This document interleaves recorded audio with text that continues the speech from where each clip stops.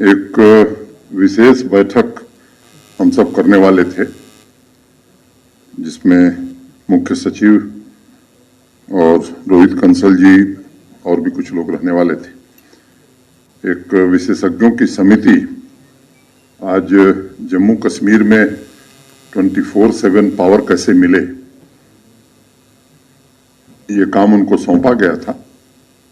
तो उन्होंने short term, medium term और लॉन्ग टर्म किस तरह से इसको करना है उसका प्रेजेंटेशन था। संयोग की बात है कि आज भारत सरकार की कैबिनेट ने जो प्रधानमंत्री जी के अध्यक्षता में आज संपन्न हुई, उसमें एक आप सबके ध्यान में होगा कि लंबे समय से रटले प्रोजेक्ट का नाम आप सब सुन रहे हैं।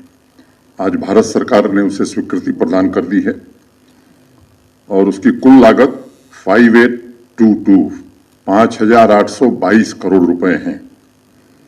ये 4,000 डायरेक्ट और इनडायरेक्ट जॉब क्रिएट करेगा।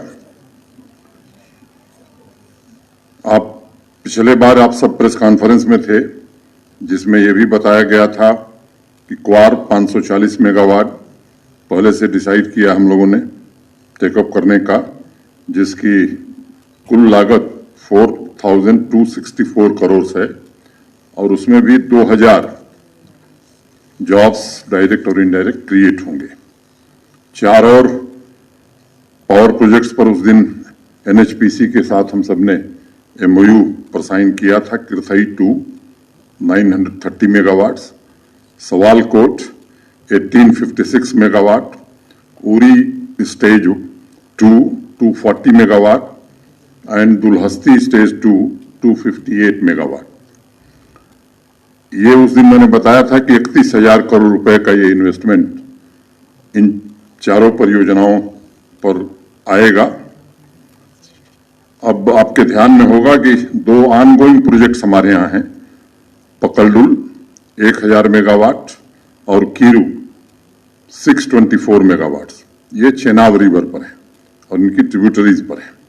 इसमें भी अगर इसके इन्वेस्टमेंट को और टोटल को जोड़ लें तो केवल पावर प्रोजेक्ट्स में, खासतौर से हाइड्रो पावर प्रोजेक्ट्स में 52,821 करोड़ का इन्वेस्टमेंट आने वाले समय में हो रहा है और मोटे तौर पर 12,000 डायरेक्ट और इनडायरेक्ट जॉब्स इससे क्रिएट होने वाले हैं। उस दिन जब पावर मिनिस्टर यहाँ थे, आप सबने सुना कि मिनिस्ट्री ऑफ पावर और मिनिस्ट्री ऑफ स्किल डेवलपमेंट मिल करके ये ट्रेनिंग सेंटर्स यहाँ इन प्रोजेक्ट के साथ एनएचपीसी स्टार्ट करेगी, ताकि यहाँ के स्थानीय युवकों को ट्रेन करके उन्हें इन प्रोजेक्ट्स में लगाया जा सके। अब अगर मैं थोड़ा पीछे आपको ले जाऊं तो 2018 के पहले 47 से 2018 तक मोटे तौर पर आप देखिए तो 3500 मेगावाट बिजली का जनरेशन जम्मू कश्मीर में होता है और 18 से और आज की बात यहां जिस तारीख को मैं खड़ा हूं तो आने वाले 5 सालों में 6300 मेगावाट 6,300 मेगावाट, माने जो हमारी कैपेसिटी 47 से 2018 तक थी उससे दुगुना पावर मोटे तौर पर हम आने वाले 5 साल में बनाने जा रहे हैं। इसके लाभ आप स्वाभाविक रूप से समझ सकते हैं कि एक तो सेल्फ रिलायंट पावर में हो जाएगा स्टेट, पावर डेफिसिट से पावर सरप्लस स्टेट हम बनेंगे, फास्टर ग्रोथ होगी, डेवलपमेंट होगा और 12,000 डायरेक्ट और इनडायरेक्ट जॉब्स भी क्रिएट होंगे। जहां तक इस रटले प्रोजेक्ट की कुछ विशेषताओं का भी मैं जिक्र करना चाहूंगा। मैंने पहले आपको बताया कि ये 5,281.94 करोड़ की लागत से 850 मेगावाट का ये हाइड्रो पावर प्रोजेक्ट होगा और इसमें 51% एनएचपीसी का और 49% जेकेएसपीडीसी की इक्विटी होगी।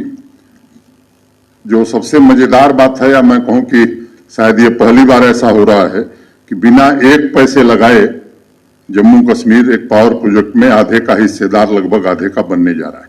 जो इक्विटी हमारी है 776.44, 776.44 करोड़ ये भारत सरकार दे रही है, और जो 51% एनएचपीसी का है वो एनएचपीसी खुद वहन करेगा।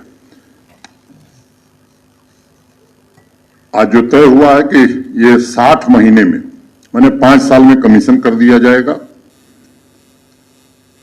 ये प्रोजेक्ट वायबल हो, इसके लिए हमने कुछ कंसेशंस दिए और मुझे याद नहीं है, आपसे भी मैं चाहूंगा कि आप पता करें, ये देश की पहली पावर प्रोजेक्ट है कि जिस साल कमीशनिंग शुरू होगी उसी साल से पावर मिलना हमें शुरू हो जाएगा।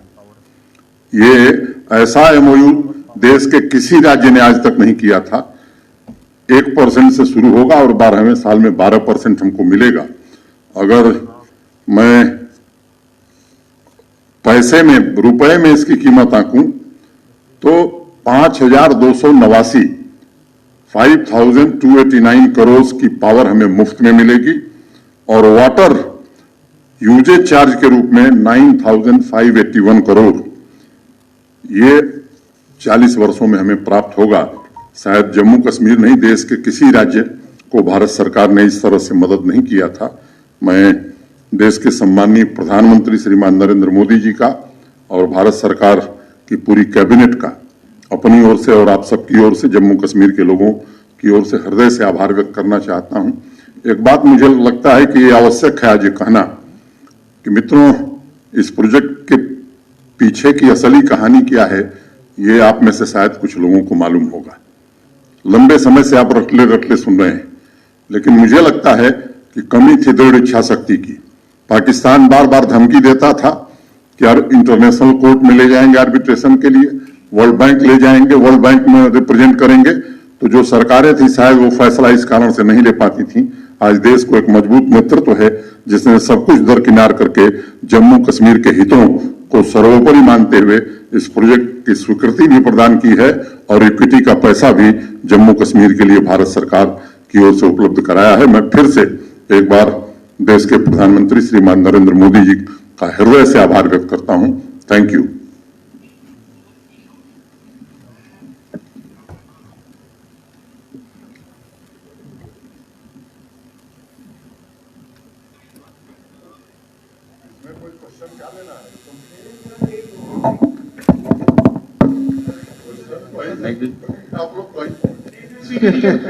पावर के रिलेटेड होगा सर।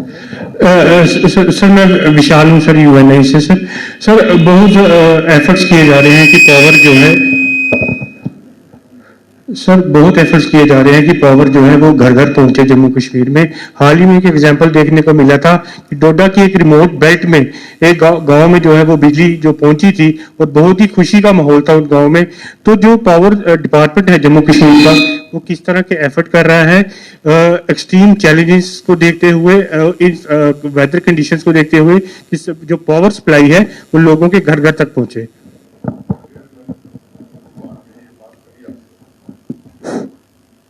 कि 24/7 पावर कैसे मिले, इसके लिए आज एक प्रेजेंटेशन है जिसमें मैंने आपसे जिक्र किया कि शॉर्ट टर्म, मीडियम टर्म और लॉन्ग टर्म, ये 3 स्ट्रेटजी हम बना के चल रहे हैं। मैं थोड़ा यहां से हट करके कश्मीर की ओर जाना चाहता हूं, जहां आप सबको मालूम है कि बर्फबारी, अनप्रेसिडेंटेड स्नोफॉल हुआ है पिछले कई वर्षों में। लेकिन आपसे मैं निवेदन करना चाहता हूं कि जरा इसको आप तहकीकात करें कि पिछले वर्षों की तुलना में इस वर्ष बिजली की क्या स्थिति है। सामान्य रूप से हर व्यक्ति कह रहा है कि 17-18% पावर पिछले साल से ज्यादा मिल रही है। और एक लक्ष्य हम सबने तय किया था कि ग्रामीण इलाके में, रूरल एरिया में ट्रांसफार्मर जलेगा तो 48 आवर्स में बदल देंगे और शहरी अर्बन एरिया में 24 घंटे में।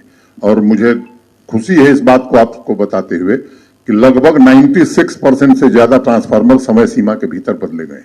जम्मू की समस्या थोड़ी उससे भी विकट है और मैं उस दिन भी मैं कह रहा था कि गर्मियों में जम्मू की परेशानी बढ़ जाती है।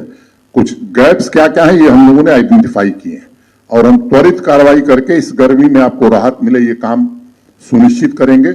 और आने वाले दिनों में उसके लिए थोड़ा समय दीजिए, ये सुनिश्चित करेंगे कि हर गांव में, हर घर में बिजली 24 घंटे मिले, इसका इंतजाम करेंगे।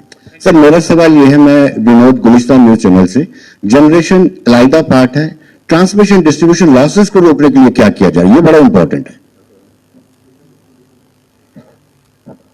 अब सब कुछ यही बता दें, मैंने उस दिन भी आपसे जिक्र किया था कि अब मोबाइल की तरह प्रीपेड मीटर्स भी लग रहे हैं, तो जो पैसा दे वो बिजली जरूर पावे, ये मुझे लगता है कि सब लोग चाहेंगे।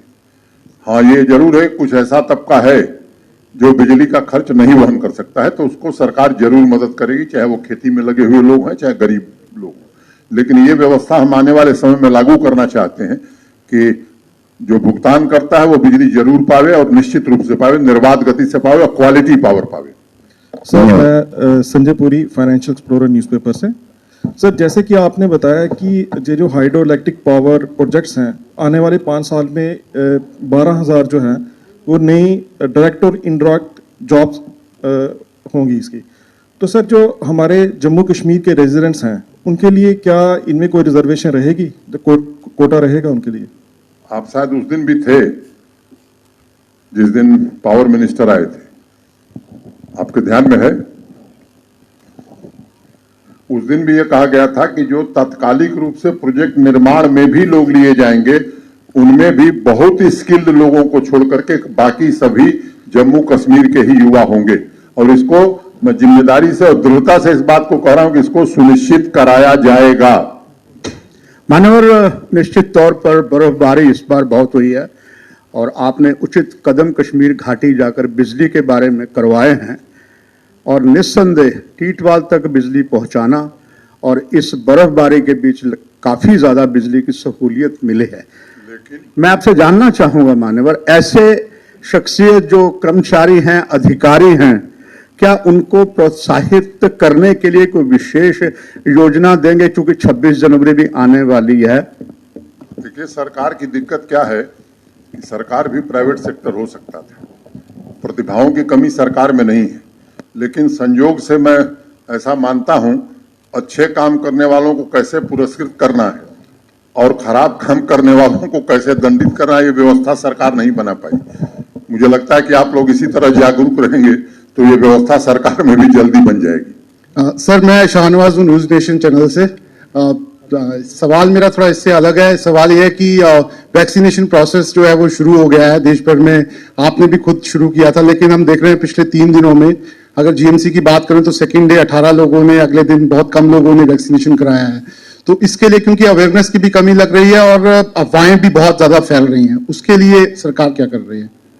निश्चित रूप से जागरूकता बढ़ाने की जरूरत है, इसके लिए जो करना होगा वो किया जाएगा। मुझे लगता है कि कुछ लोग हैं जो अफवाह फैलाने में ही माहिर हैं।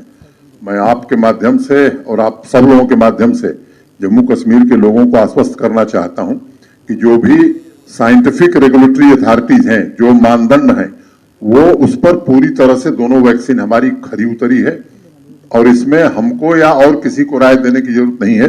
ये डॉक्टरों पर और साइंटिफिक कम्युनिटी पर छोड़ देना चाहिए और उन्होंने पूरी जिम्मेदारी से इस बात को कहा है।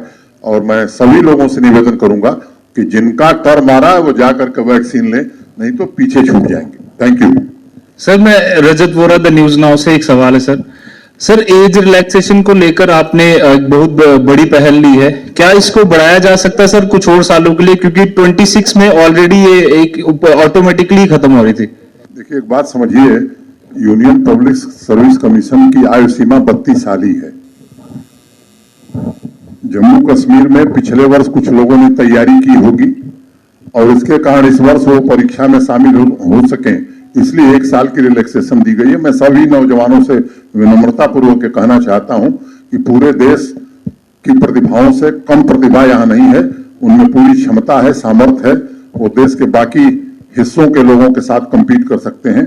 तो अब 40 साल में नौकरी करेंगे तो क्या करेंगे, आप खुद सोचिए। कुछ आराम कीजिए उन पर भी और कुछ आराम कीजिए सरकार पर भी।